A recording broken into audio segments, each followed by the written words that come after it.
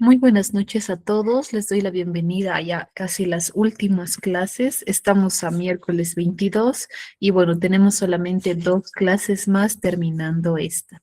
Así que vamos a continuar viendo y examinando, recordando y aprendiendo los grupos farmacológicos más frecuentes.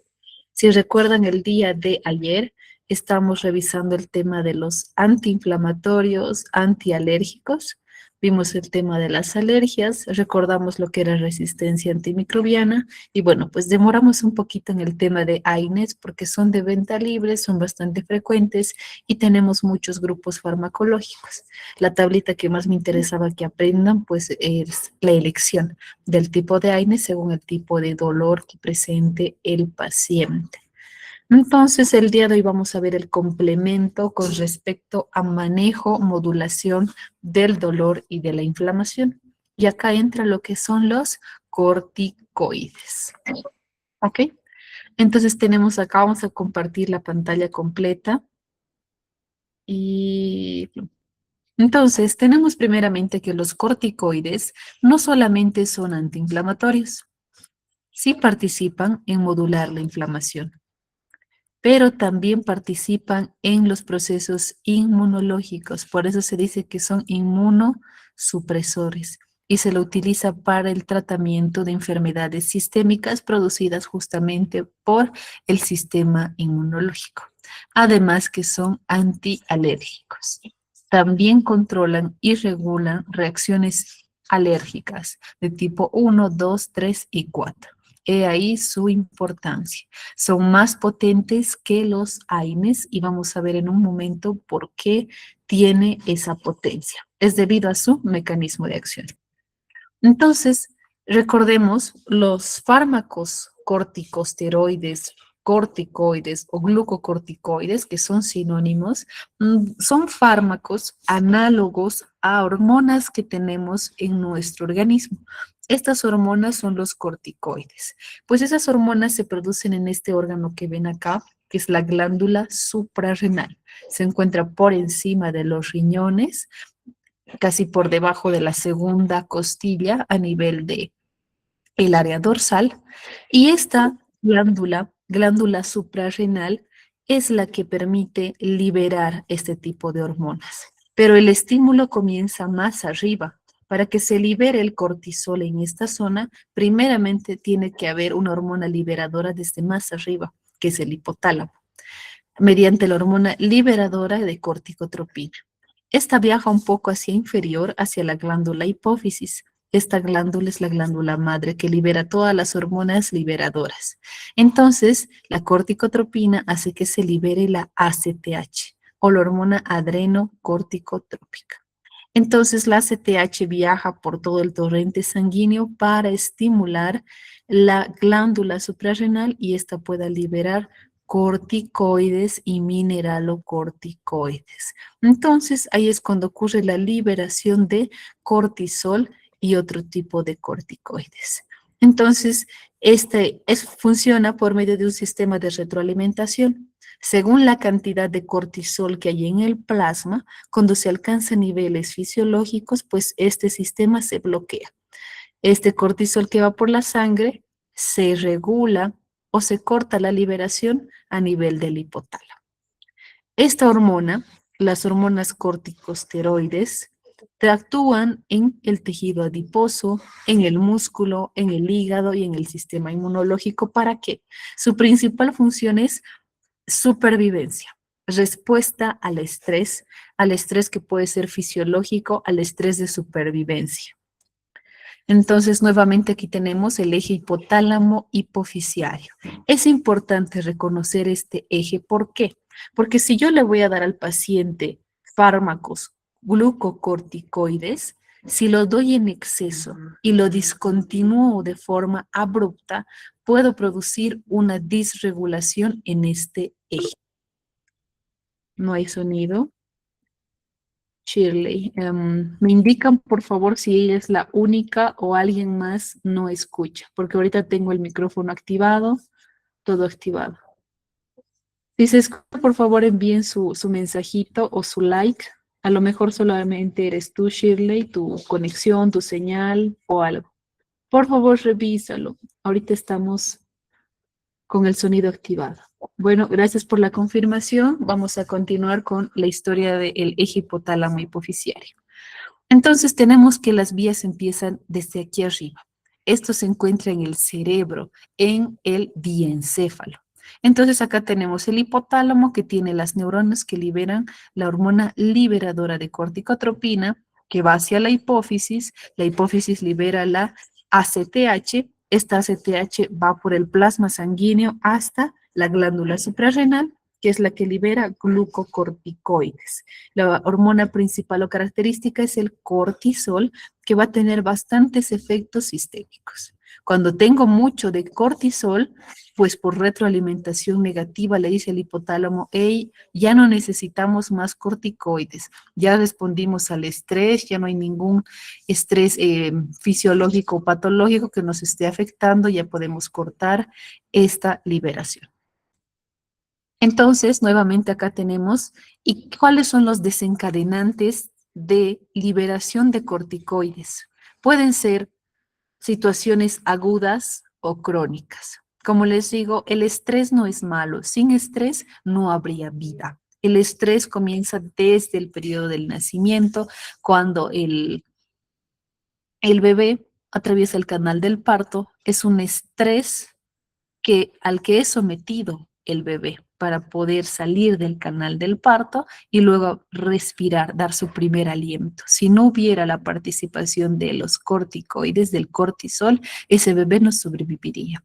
Así que empezamos a estresarnos desde que nacemos. ¿Y cuándo se acaba el estrés? Cuando morimos. Por eso es casi imposible decirle al paciente no se estrese, porque sin estrés no hay vida, ya que el estrés nos permite responder y sobrevivir, sobrellevar a diferentes estímulos externos.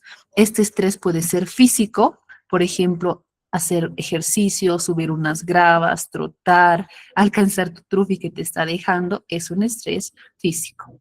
Pero también hay estrés emocional en el cuanto a manejo de relaciones, alguna preocupación, problema, en distintas áreas psicosociales de nuestro organismo. Puede haber estrés químico cuando hay, por ejemplo, una infección, cuando hay déficit de vitaminas. El dolor también es un estrés, el dolor que puede ser causado por un traumatismo, picadura, corte, mil cosas que pueden desencadenar dolor. Sobreentrenar, por ejemplo, también a largo plazo genera liberación de cortisol. El ejercicio físico intenso es muy bueno, muy positivo, pero obviamente también desencadena liberación de cortisol. Inflamación e infecciones sistémicas también.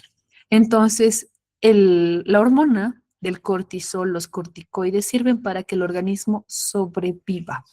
Entonces, si no hubiera esta hormona, no podríamos responder a estímulos tan básicos como es el estrés físico, emocional y químico. Entonces, ¿qué es lo que hace el cortisol? El cortisol, por ejemplo, tiene acción en los adipocitos, en la grasita, y le dice que de forma aguda, que se rompa este adipocito y libere sus ácidos grasos para que los músculos puedan usar esa fuente energética. Le dice al hígado que libere glucosa o que forme glucosa a partir de otras sustancias químicas, y eso se llama gluconeogénesis. El romper el glucógeno se llama glucólisis. El punto de la acción en el hígado y en el tejido adiposo es que haya energía disponible en la sangre para que lo puedan utilizar nuestros músculos, huesos o cerebro. ¿Para qué? Para que frente al estrés podamos luchar o huir. Eso tenemos que tenerlo. Cuando tenemos un estrés, cualquiera de los que están acá mencionados, tenemos dos tipos de mecanismos para combatir este estrés: luchar o huir. Nuestros antepasados, cuando veían, no sé, un león, un depredador, eso era un estrés.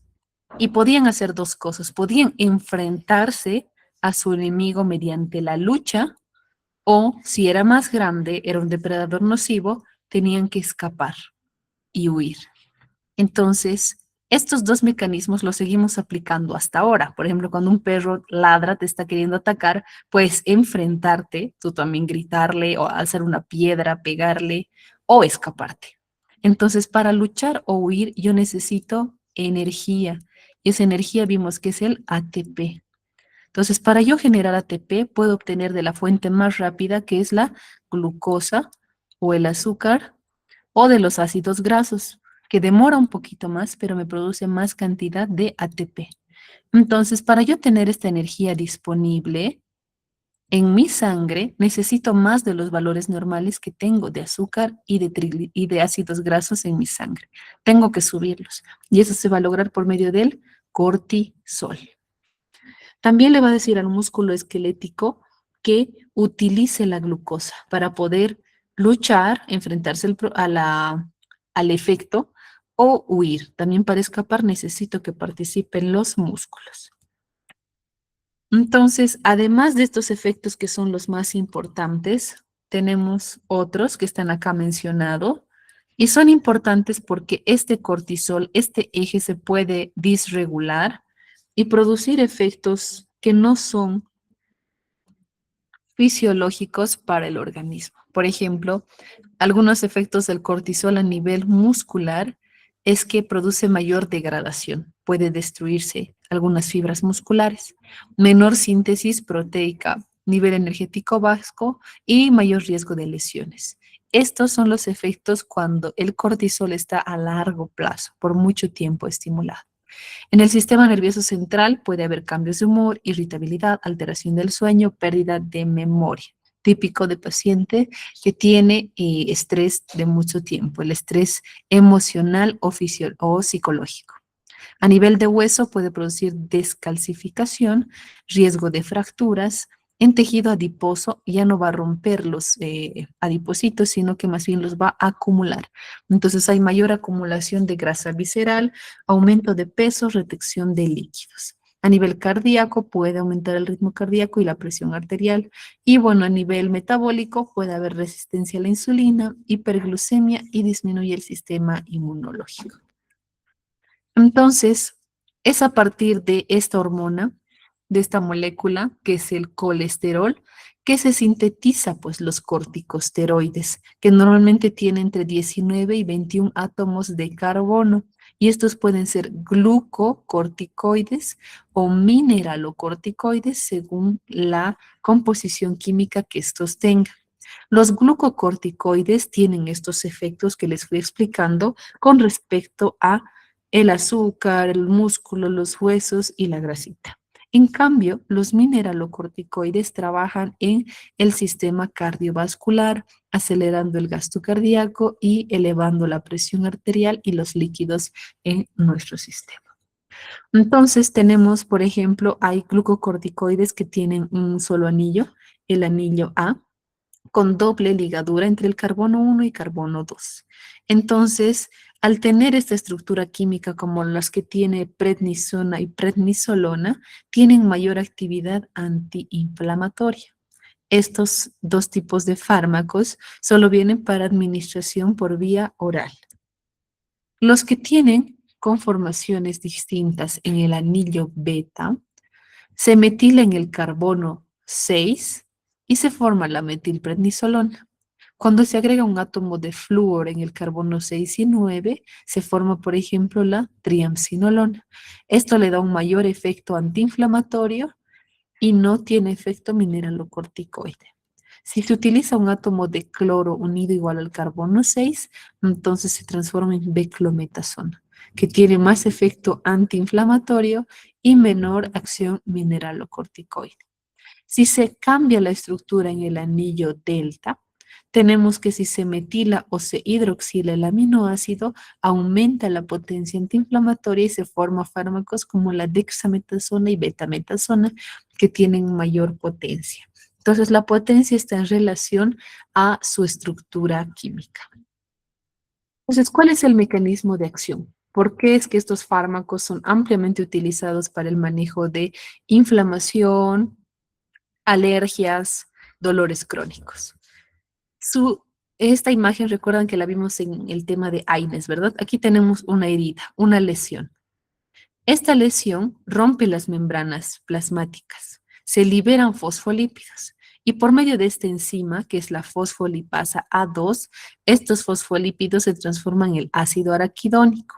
Y el ácido araquidónico por la COX-1 y COX-2 se transforma en estos señalizadores que eran tromboxanos, prostaglandinas y leucotrienos. Estos señalizadores amplifican el dolor, la inflamación y todo lo demás. Entonces, los glucocorticoides cortan aquí arriba la inflamación. Los AINES lo cortan acá, más abajo, con el ácido araquidónico. En cambio, los glucocorticoides actúan más alto y bloquean de forma más completa y amplia la inflamación. Además que inhiben la producción extra de estas citocinas inflamatorias y también al ser una hormona, al ser esteroideo, al ser un glucocorticoide, puede atravesar membranas e inhibe el reclutamiento de células inmunológicas. ¿Qué quiere decir? Que hace que los linfocitos que se encuentran circulando en sangre, los leucocitos, los neutrófilos, basófilos, no migren hacia los tejidos, inhiben ese reclutamiento. Además que impiden que se degranulen los mastocitos, por eso tienen la acción antiinflamatoria o antialérgica. Inhiben también todas las etapas de la reacción inflamatoria, cortándola desde más alto. Además que tiene efecto en el receptor de tipo 4, que es NF-kappa beta. Ese es el gen responsable de la inflamación a largo plazo. Entonces, efectos sistémicos de los glucocorticoides actúa a nivel de la serie roja y blanca de la sangre. En la serie roja, pues aumenta el hematocrito y la hemoglobina, que igual participan en la supervivencia. En cambio, en la serie blanca o en los linfocitos produce una neutrofilia con mayor producción en la médula ósea, pero disminuye la migración tisular. Hay linfocitos circulando en sangre, pero no van a los tejidos. También hace que reduzcan los eosinófilos, que son los que están viendo acá, y eso se produce por retención en la médula ósea.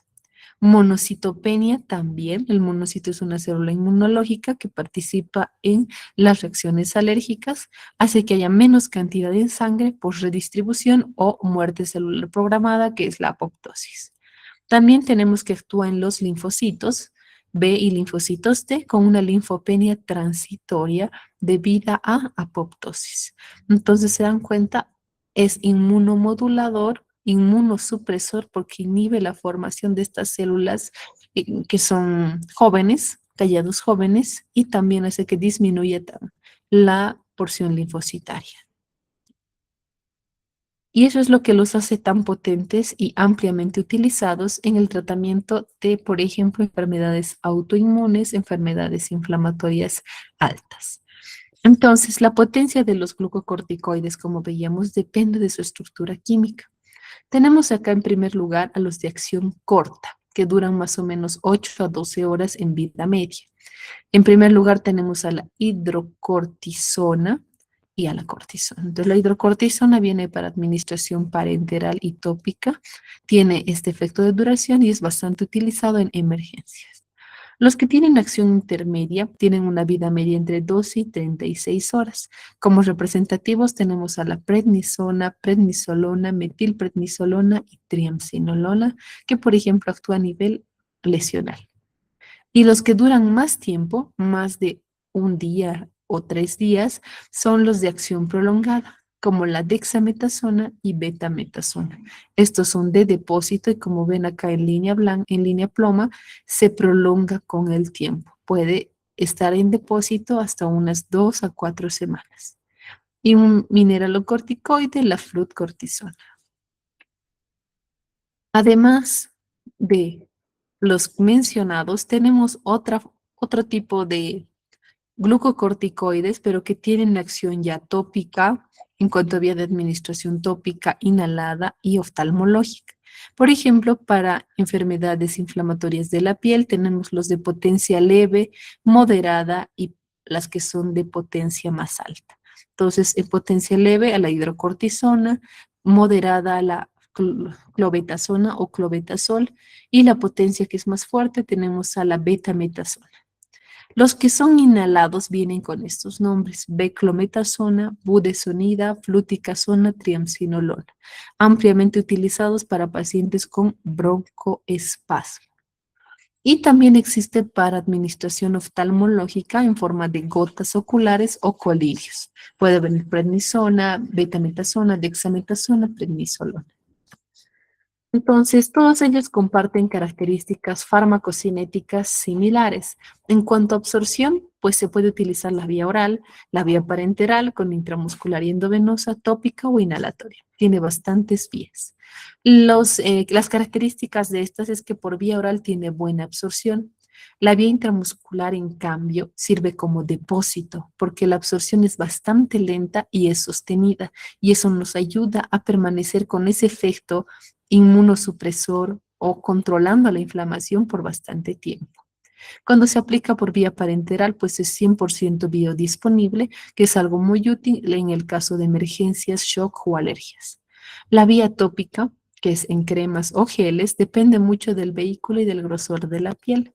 Y la inhalada, pues tiene una absorción parcial y depende mucho de la técnica. Hay factores que pueden modificar la absorción, como por ejemplo la formulación, el flujo sanguíneo del tejido y la misma inflamación. La distribución tiene bastante alta unión a proteínas plasmáticas. Por ende, la cantidad de fármaco libre es menor, pero esa cantidad es suficiente para que tenga estos efectos. Se une bastante a la albúmina y transcortina. Es capaz de atravesar la barrera hematoencefálica y la placenta debido a su conformación, que es liposoluble. Es por eso que puede atravesar membranas. ¿Qué factores pueden modificar? Tener poca albúmina, que es la hipoalbuminemia en desnutridos, por ejemplo, o en enfermedades hepáticas crónicas. El embarazo, hepatopatías. El metabolismo netamente va a ser hepático. Las enzimas que participan son el complejo YP450. Va a producir profármacos a fármacos activos y pueden inactivarlos por medio de los mecanismos de reducción y conjugación, que sería la fase 2 del metabolismo hepático. Los factores que pueden modificar, nuevamente, insuficiencia hepática y algunas enzimas. La eliminación es renal. Entonces, ¿cuándo utilizo cuál? Aquí tengo un pequeño resumen que va en base a la vía de administración, que es la forma más fácil en la que lo vamos a conocer. Los que vienen por vía oral, por ejemplo, la prednisona y prednisolona, se utiliza bastante en el tratamiento prolongado de enfermedades inflamatorias, por ejemplo, el asma, artritis reumatoide, enfermedades autoinmunes de la piel, renal, etcétera. La ventaja es que es de fácil administración, tiene dosis variadas, por ejemplo, la prednisona hay de 20 miligramos, de 5 miligramos, y las características es que te sirve para tratamiento prolongado. En cambio, la vía endovenosa, que viene en ampollas o en viales, tenemos a la hidrocortisona y a la dexametasona, se utilizan en emergencias. ¿Por qué? Porque necesito acción rápida y que se absorba el 100%. Así que se utiliza en crisis asmáticas, en shock anafiláctico, alergias severas y en el caso de edema cerebral, que es peligroso y mortal que el cerebro se hinche debido a la inflamación. Los que se utilizan por vía intramuscular, como la dexametasona y betametasona, se utilizan ampliamente para el tratamiento de reacciones alérgicas, dolor intenso prolongado. La ventaja que este tiene es que su efecto es potente y dura bastante tiempo. Puede actuar como depósito, la vía intramuscular. Lo que se usa en cremas o geles es la vía tópica, por ejemplo, betametasona, clobetasona, hidrocortisona. Se utiliza para el tratamiento de esas enfermedades inflamatorias autoinmunes como los eczemas, las dermatitis, psoriasis y otras patologías más. La ventaja es que la acción es local, pero hay que tener cuidado porque usarlo más de 10 días produce atrofia cutánea, o utilizarlo sin prescripción. También tenemos la vía inhalada por medio de los puffs. Tenemos como representantes a la budesonida, fluticasona y, bueno, las indicaciones: broncoespasmo crónico en el asma, en EPOC, por ejemplo. Se utiliza como primera línea y tiene menos efectos sistémicos. Depende mucho, eso sí, a la técnica. La eficacia de los corticoides inhalados depende que el paciente utilice la técnica adecuada en cuanto a su inhalador. Cuando no se utiliza, tenemos contraindicaciones absolutas y relativas. Las más frecuentes son las relativas en el caso de úlcera péptica, osteoporosis, embarazo y lactancia. Las absolutas, miastenia gravis, epilepsia, insuficiencia cardíaca, TEP reciente, tuberculosis o una diabetes mellitus descompensada. ¿Cuáles son los efectos adversos? Pues depende al lugar de afectación. Como acumula tejido graso, puede producir la jiba de búfalo, una obesidad central con aumento de acumulación de tejido adiposo en el rostro, que produce cara de luna llena. Puede producir un aumento del tejido adiposo a nivel abdominal y como aumenta abruptamente puede romper las fibras de la piel produciendo estrías de color púrpura. Puede haber acumulación de grasa a nivel de la glándula mamaria, produciendo ginecomastia.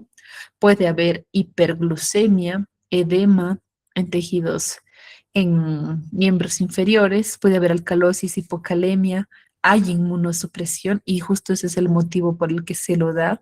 Hay destrucción de menor reabsorción de calcio a nivel de los huesos que puede producir osteoporosis, osteonecrosis, miopatías también. Úlceras gastroduodenales, puede limitar en el crecimiento tomando en niños, por ejemplo. Puede elevar la presión arterial de la misma manera y producir acné o hirsutismo. Estos son algunos síntomas, por ejemplo, o efectos del síndrome de Cushing, que aparece cuando el paciente recibe en exceso corticoides y los corta abruptamente. Esto yo lo vi en una familiar que recibió en solo 3 días 64 miligramos de dexametasona debido a una faringitis y tos que no se le pasaba. Le pincharon 3 días su dexametasona, dosis muy altas y boom, tenía bastantes síntomas y signos con respecto al Cushing. Entonces acá tenemos varios ejemplos, por ejemplo, los que están mirando por vía oral, prednisona que viene de 5 y de 20. Acá tenemos la dexametasona que puede venir de 0,5 o de 4 miligramos en comprimidos. Son bastante pequeñitos porque la dosis es pequeña y suficiente. Estos también tenemos por vía endovenosa o intramuscular a la dexametasona que puede venir de 4, de 8 miligramos. Acá otra presentación más fuerte de vago, por ejemplo, como cortistamin forte de 8 miligramos. La betametasona de la misma manera existe en ampolla. La hidrocortisona también, como están viendo acá, este puede venir en un frasco vial con un polvo estéril para preparación. La vía tópica tenemos, por ejemplo, la betametasona, como están viendo en esta crema, y esta es para la vía inhalada, budesonida, por ejemplo, o la fluticasona. También dijimos que vienen algunos corticoides como colirios o gotitas oftálmicas. Entonces, aquí tenemos algunos ejemplos de los glucocorticoides. Ya los conocen, los han visto muchas veces, alguna vez te has tomado, pero ahora ya sabes cómo funciona y lo que quiero que se les quede claro es que no podemos dar dosis altas y cortarlas de golpe. El paciente no puede tomarse 60, 50 miligramos en pocos días de corticoides porque si no van a aparecer estos efectos adversos, un síndrome de Cushing secundario a consumo de corticoides. Cuidado con las contraindicaciones y mantener en la patología adecuada. ¿Listo?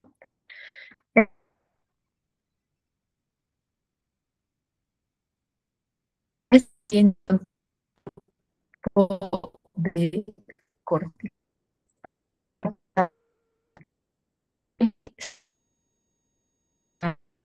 Tiene que estar en gastroprotectores. Mi señal está un poquito lenta.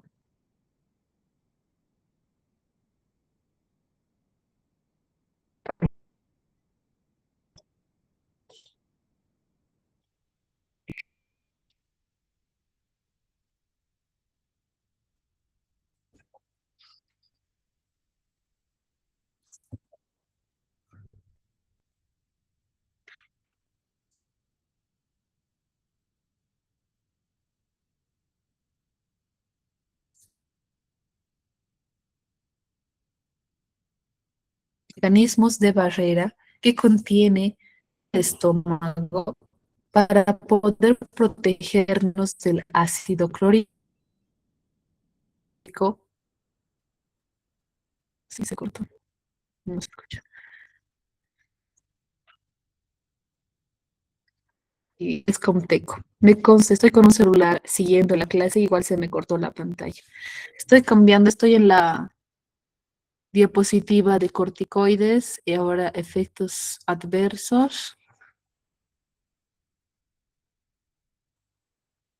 Creo que ahora ya se escucha bien, ¿verdad? Y está cambiando la pantalla. Estoy en gastroprotectores ahorita. Gastroprotectores y voy a dibujar un biencito. Me avisan si pueden ver. Creo que ahora sí. Ya, gracias, muchas gracias. La señal, chicos, con Teco se satura esta hora. En fin.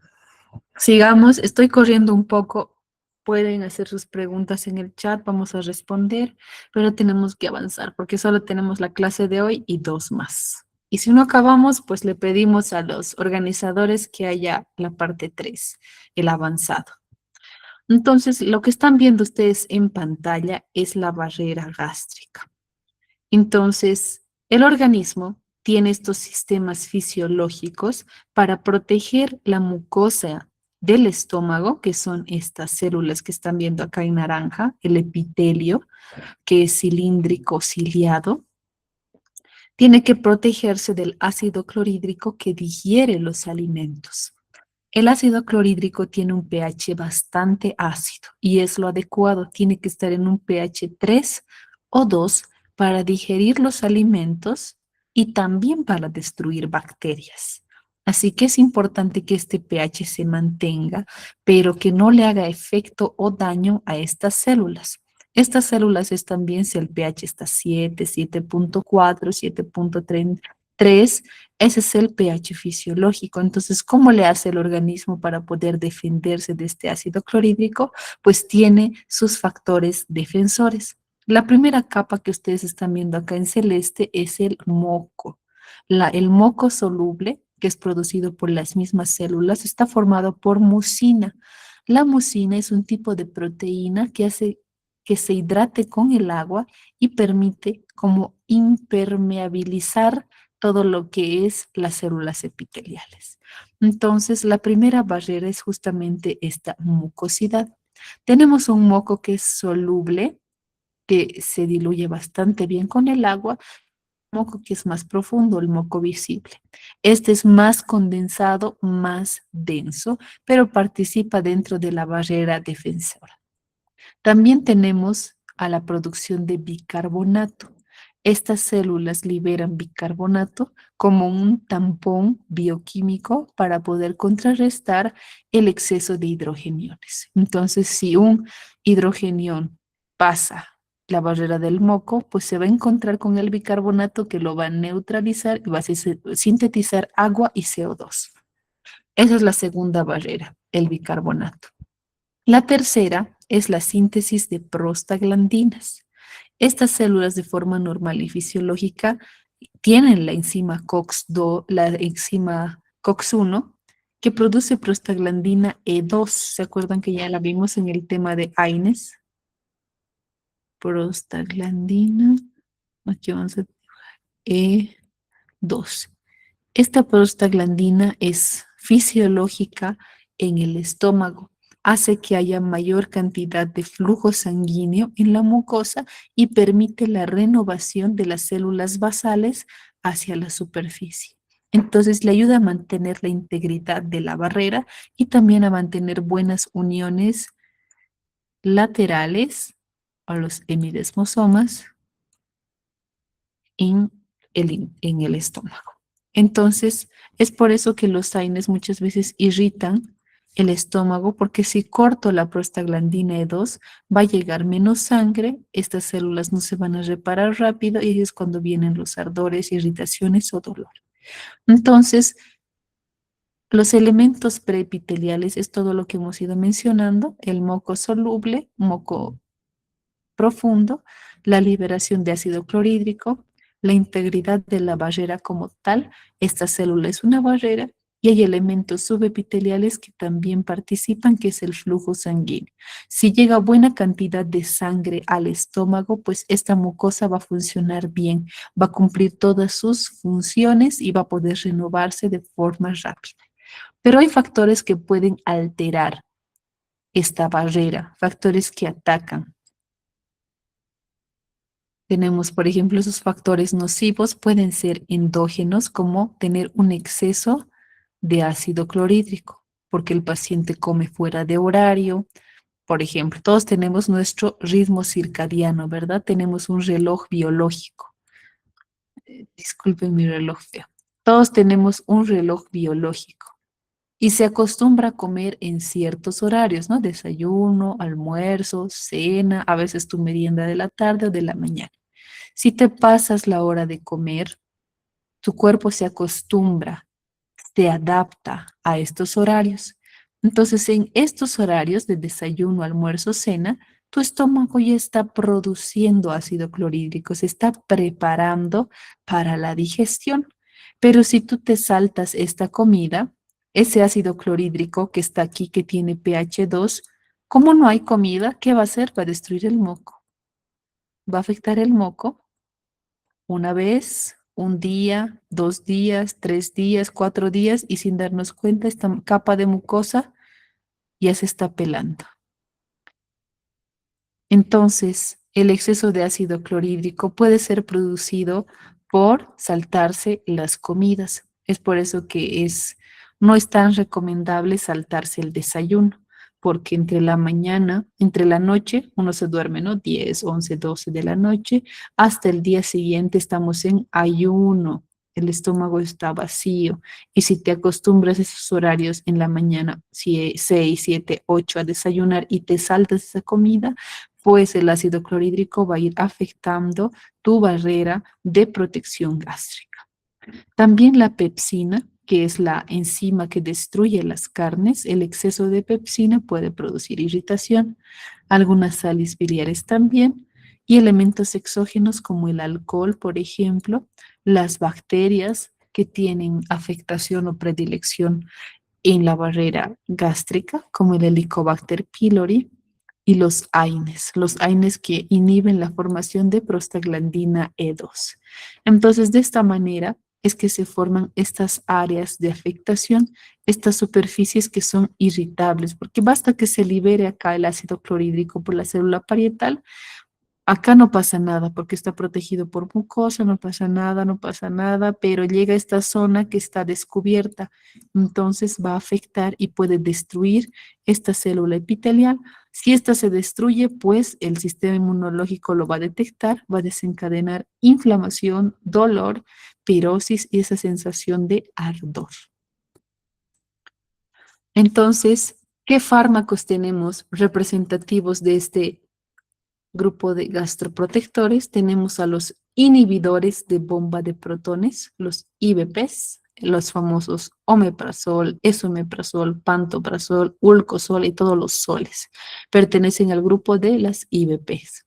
También tenemos antagonistas H2. Antes se utilizaba ampliamente, pero ahora ya no, como la ranitidina y famotidina.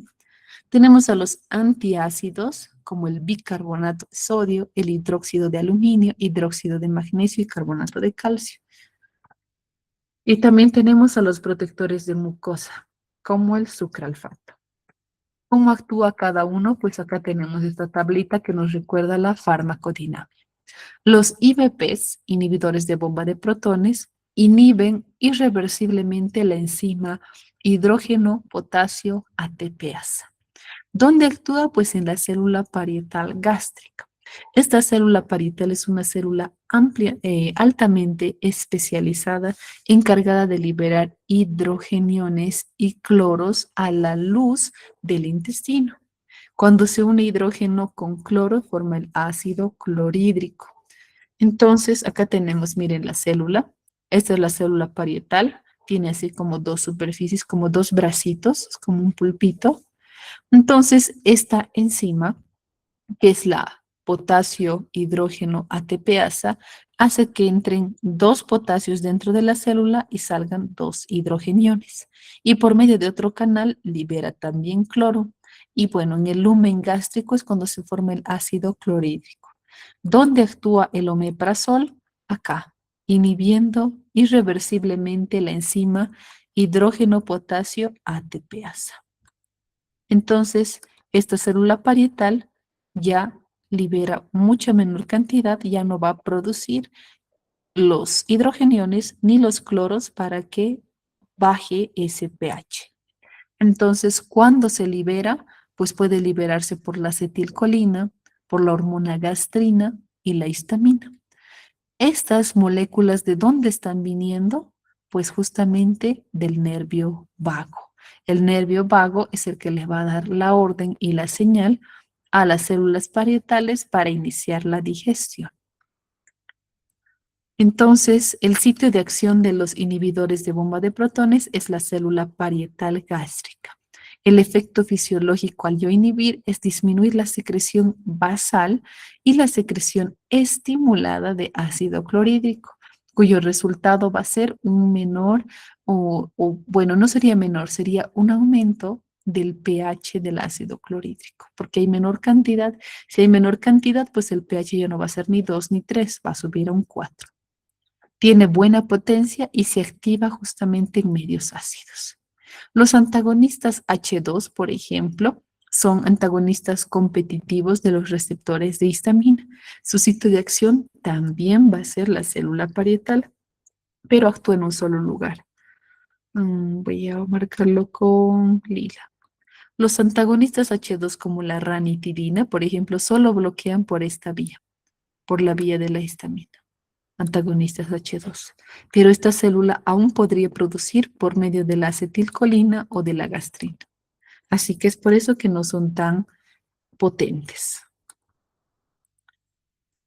El resultado va a ser una menor secreción ácida basal y nocturna. Es menos potente y puede haber tolerancia. Y lo que más hay que cuidar, y por eso ya no se utilizaba tanto, es el riesgo de cáncer gástrico. Los antiácidos, como el bicarbonato, su mecanismo de acción no es unirse a un receptor, sino es trabajar acá directamente con el ácido clorhídrico. Como vimos que el bicarbonato es parte de los elementos preepiteliales que nos protegen, si el paciente toma bicarbonato, pues por medio de una reacción química lo que hace es que ese ácido que está con un pH muy bajo, un pH 2 o 4, si yo le doy bicarbonato, se va a transformar en agua y en oxígeno, en CO2. Así que ya no va a irritar.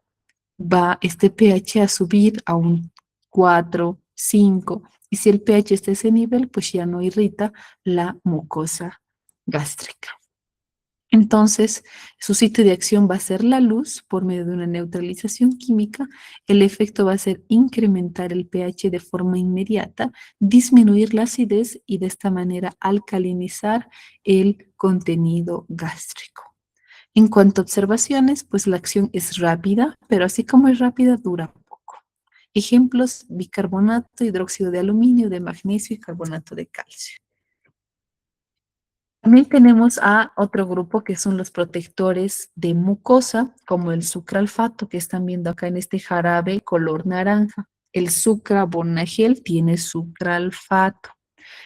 El mecanismo de acción de este es por medio de formación de una barrera física sobre la mucosa, es decir, forma como un gel, una capa viscosa por encima de la superficie epitelial, y eso es muy útil en el caso de úlceras o áreas irritantes que no tengan mucosidad. Entonces, el efecto fisiológico va a ser una protección mecánica amplia y una estimulación de prostaglandinas locales que favorecen el flujo sanguíneo. No inhiben el ácido directamente, sino que trabajan acá. En esta otra imagen acá tenemos esa zona que está pelada, que es la que duele, la que le desencadena ardor, dolor, todos los síntomas al paciente. Entonces viene el sucralfato y es como una capa de protección que impermeabiliza esta célula y la protege.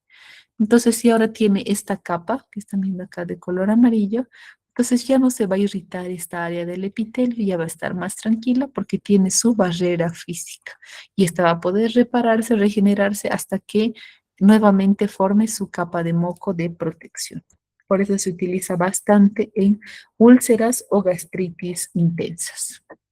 Como ven en las imágenes, acá tenemos, por ejemplo, un inhibidor de bomba de protones en distintas presentaciones. El famoso omeprazol de 20, de 40 miligramos, que puede venir en varias formas de administración por vía oral. Hay omeprazol en cápsulas, cápsulas blandas, hay omeprazol en sobres también que vienen combinados con bicarbonato, por ejemplo. Hay para administración parenteral, que viene en polvo, liofilizado estéril, junto a su agua de inyección. Y el que están viendo acá es sucralfato, que pertenece a otro grupo de protectores de mucosa. Farmacocinética. En cuanto a absorción, tienen buena absorción por vía oral, los IBPs, los antagonistas H2 de la misma manera, los antiácidos pues no requieren absorción porque su lugar de acción es justamente ahí, en el ácido clorhídrico. Yo me tomo el Digestan, que es un antiácido, o mi bicarbonato, y va a actuar netamente en mi estómago. Los protectores de mucosas, pues su absorción es mínima, ya que la acción también es local, no necesito que se absorba. La distribución, pues los IBPs se unen ampliamente a las proteínas plasmáticas. En cambio, los antagonistas H2 moderada, los antiácidos no tienen acción local. El metabolismo de estos son hepáticos, netamente hepático parcial o total. Y bueno, el metabolismo no es significativo en el caso de protectores de mucosa. La eliminación va a ser renal en la mayoría, excepto en los antiácidos y protectores de mucosa, que como no se absorben, no es necesario que lleguen al riñón y se eliminan por vía biliar y las heces. Es importante, por ejemplo, inhibidores de bomba de protones, tomarlo en ayunas o por lo menos 30 o 60 minutos antes de las comidas. ¿Para qué? Para que el ácido no esté con un pH muy bajo y no le irrite al paciente. No tomar inmediatamente desde la comida. Los H2 hay que ajustar en caso de insuficiencia renal crónica. Los antiácidos, pues hay riesgo de que puedan alterar los electrolitos sanguíneos, pero es poco probable. Los protectores de mucosa sí o sí requieren un pH ácido para activarse. Entonces, ¿en quiénes tengo que tener cuidado y qué efectos adversos puede haber? Por ejemplo, los inhibidores de bomba de protones, cuando los utilizo en enfermedad por reflujo gastroesofágico, cuando hay esa sensación de pirosis, ardor por úlcera péptica, úlcera duodenal, en el tratamiento de erradicación del Helicobacter pylori. Utilizo en pacientes de la tercera edad, por ejemplo, como prevención para que no tenga molestias en el estómago cuando va a tomar AINES potentes. O el síndrome de Zollinger-Ellison, que es hiperproducción de gastrina por un tumor gástrico. Cuando no utilizo IBPs, cuando hay insuficiencia hepática severa o el paciente te dice que tiene alergia. Algunos efectos adversos es cefalea, diarrea, puede haber hipomagnesemia, déficit de vitamina B12, osteopenia y mayor riesgo a infecciones gastrointestinales, porque como les decía en un principio, ese pH ácido no es solamente para digerir, sino también es para destruir bacterias que siempre hay en nuestros alimentos o puede haber parásitos, hongos. Si yo disminuyo ese pH, hay más riesgo de infecciones. Los H2, como la ranitirina, se utiliza igual para el alergia, úlcera duodenal, prevención de úlceras por estrés. Efectos adversos, cefalea, diarrea, confusión, bradicardia y riesgo de CA, desarrollar un CA gástrico. Los antiácidos, como el bicarbonato, hidróxido de aluminio, se indica para dispepsia ocasional, que significa para esa sensación molesta, irritativa, de inflamación, de aumento de volumen cuando está hinchado el estómago, y esto es ocasional. Tiene un alivio sintomático bastante rápido. Algunos efectos adversos pueden ser estreñimiento o diarrea, alcalosis metabólica o alteración de los electrolitos. Los protectores de mucosa, como el sucralfato, lo utilizo para úlcera duodenal activa como prevención en pacientes que no toleran las IBPs. El riesgo es estreñimiento y algunas interacciones medicamentosas porque hay fármacos que se activan sí o sí con el contacto ácido. Entonces, si yo lo altero, no se va a absorber totalmente. Bueno, vamos a revisar primeramente si no hay preguntas con respecto a protectores de mucosa. Estaba revisando que hay algunas. ¿Qué tipo de fármaco dices el Viadil y cuál es su principal acción? El Viadil no está acá, es un antiespasmódico, no actúa en todo el mundo, es un antiespasmódico. Vamos a ir a estómago aquí atrás. Mm, acá. El estómago,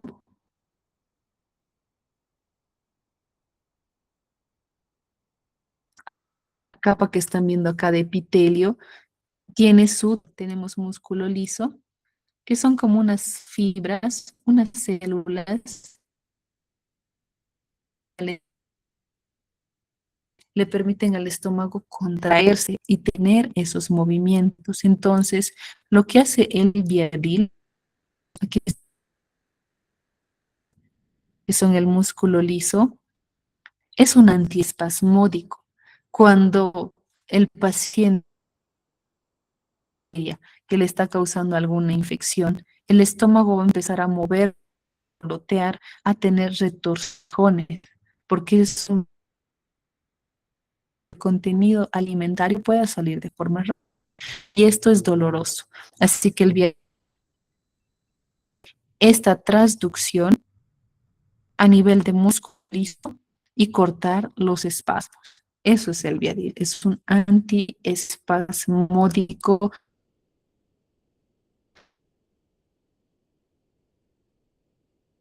en el útero. El útero tiene músculo liso y es por eso que se combina muchas veces en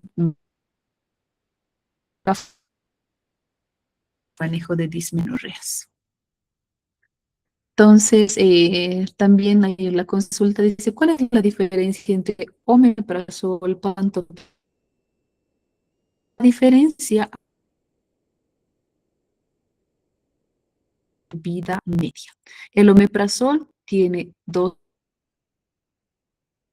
En cambio, el esomeprazol y pantoprazol pueden hasta durar 48 horas, 72 horas el esomeprazol. Entonces, su composición bioquímica le da este efecto de irreversibilidad en cuanto a la unión a la enzima hidróxido y hidrógeno potasio ATPasa. Mil disculpas, mi señor, ser más. Las diferencias es el tiempo de vida media, la duración que tiene para mantener el pH gástrico. El omeprazol, nuevamente repito, es de acción corta, es muy buena, es eficaz, es potente, pero dura poco. En cambio, el pantoprazol y el omeprazol tienen mayor tiempo de vida media. Ángela pregunta, ¿qué efectos tendría a largo plazo las personas que realizan ayuno intermitente? El ayuno intermitente tiene sus pros y sus contras. Lo que a mí me gusta, por ejemplo, es que produce autofagia, que es eliminar los detritos celulares y utilizar todo el tejido graso acumulado, el azúcar acumulado, te permite poder eliminar. Pero sí a largo plazo, en esos horarios que la persona tiene su ritmo circadiano, donde se libera justamente el ácido clorhídrico, puede producir riesgo de gastritis por estrés. Va a haber áreas de mucosas sensibles. Janet dice, las combinaciones de omeprazol y bicarbonato, ¿en qué medida ayuda a una gastritis, tomando en cuenta que el paciente padeció de úlcera duodenal? Si ha tenido úlcera duodenal, le sirve el omeprazol con bicarbonato, pero sería bueno combinar con un protector de mucosa como el sucralfato, porque se le va a permitir como crear una barrera física para que esta área que está dañada, la región ulcerada, se regenere. El omeprazol y bicarbonato es como combinar doble. El omeprazol va a hacer que este pH no esté tan ácido. Y si le doy bicarbonato más, si en caso se me suelta algún ácido clorhídrico, el bicarbonato va y lo bloquea, lo inhibe por medio de una reacción química. Así que es una buena combinación, pero sería bueno complementar con sucralfato. Y es muy importante evitar alimentos irritativos, bastante, por ejemplo, los picantes, condimentos, alimentos grasos, fritos, altamente fritos, que estimulan mayor secreción de ácido clorhídrico. Tiene que combinar bastante con alimentación este paciente con úlcera duodenal. Dice, ¿qué pasa con la absorción de medicamentos en los pacientes con problemas alimenticios tipo bulimia? La bulimia es un trastorno de la conducta alimentaria. El problema se encuentra no en el estómago, sino en el cerebro de ese paciente. Si la paciente, por ejemplo, está enferma, le dimos un antibiótico y lo vomita, obviamente no se va a absorber nada, ya se salió el medicamento. Entonces, que el paciente tenga bulimia va a hacer que, además que se irrite su mucosa gástrica, se va a irritar la mucosa esofágica y la mucosa oral. Puede haber una erosión. Ese es el término. Erosión es cuando estas microvellosidades que tienen en los epitelios se cortan, se podan. Entonces va a disminuir un montón la absorción de los próximos medicamentos. Luego dice, ¿es lo mismo gastritis que reflujo gastroesofágico? No. Es muy buena la pregunta. El reflujo gastroesofágico ocurre en pacientes, por ejemplo, que tienen factores de riesgo con respecto a mayor cantidad de ácido clorhídrico y un esfínter pilórico, un esfínter, ¿dónde está? No, no creo que no tengo imagen. Un esfínter esofágico inferior incompetente. Entonces, cuando el paciente se echa, se sienta, hay riesgo de que este ácido clorhídrico que se está mezclando con los medicamentos suba hacia el esófago y eso se llama reflujo. Todo este contenido gástrico se va hacia el esófago y eso es lo que produce esa sensación de ardor o pirosis. Los pacientes describen como un fuego que va desde el estómago, sube por el esternón hacia el corazón. Ese fuego se llama pirosis. Eso es reflujo gastroesofágico. Y la gastritis es distinta. Esto se produce, puede ser en ayunas, puede aparecer en la noche, puede aparecer con ciertos alimentos y lo que predomina es ardor y dolor a nivel de estómago. El estómago está localizado en el epigastrio, en el centro del abdomen, en la parte superior. Entonces el paciente refiere ardor, dolor intenso mediante en periodos de ayuno o desencadenado por algunos alimentos. Y la gastritis se debe justamente cuando ya hay problemas en la barrera gástrica. Lo que ustedes están viendo acá es una gastritis, no es una úlcera. Cuando falta, voy a volver esto. Cuando se altera la mucosa gástrica, entonces queda esta zona pelada, esta zona desprotegida. Y esto cuando llega el ácido clorhídrico normal que digiere los alimentos, irrita el epitelio y produce una inflamación. Y eso es la gastritis. La úlcera es cuando compromete hasta más abajo, cuando esta célula no se logra regenerar y ya puede afectar hasta los vasitos sanguíneos que se encuentran en su interior y producir una úlcera sangrante o si avanza más, una hemorragia digestiva alta. Entonces, gastritis es como lo que ustedes están viendo en la imagen. Por eso no se salten comidas, aunque es casi inevitable, ¿no? En el área de salud. Me incluyo en ese consejo. Listo. Mil disculpas por el audio y la señal. Realmente Comteco no funciona muy bien. Pero bueno, todo queda grabado y las diapositivas igual muchas se explican solas. Si quieren ampliar un poquito más y repasar, pues pueden estudiarlas por medio de la grabación o, bueno, ya les mandé también en PDF. ¿Listo? Mañana vamos a continuar con todo lo que es el tema de antieméticos y también lo que es electrolitos para manejo de la diarrea y continuamos pues con los grupos farmacológicos bastante frecuentes. Así que ahí terminamos la clase de hoy. Si no hay ninguna duda más, creo que ya no. Si no hay más preguntas sobre protectores gástricos, pues vamos a cortar la grabación y nos escuchamos el día de mañana jueves y vamos a terminar el día viernes. ¿Ok? Vamos a mantenerlas. Perfecto. Mire, solo dio tiempo para hablar de corticoides y protectores gástricos. No importa, si no hemos avanzado mucho el temario, no hay problema. La cosa es que sea de calidad y que ustedes lo puedan entender.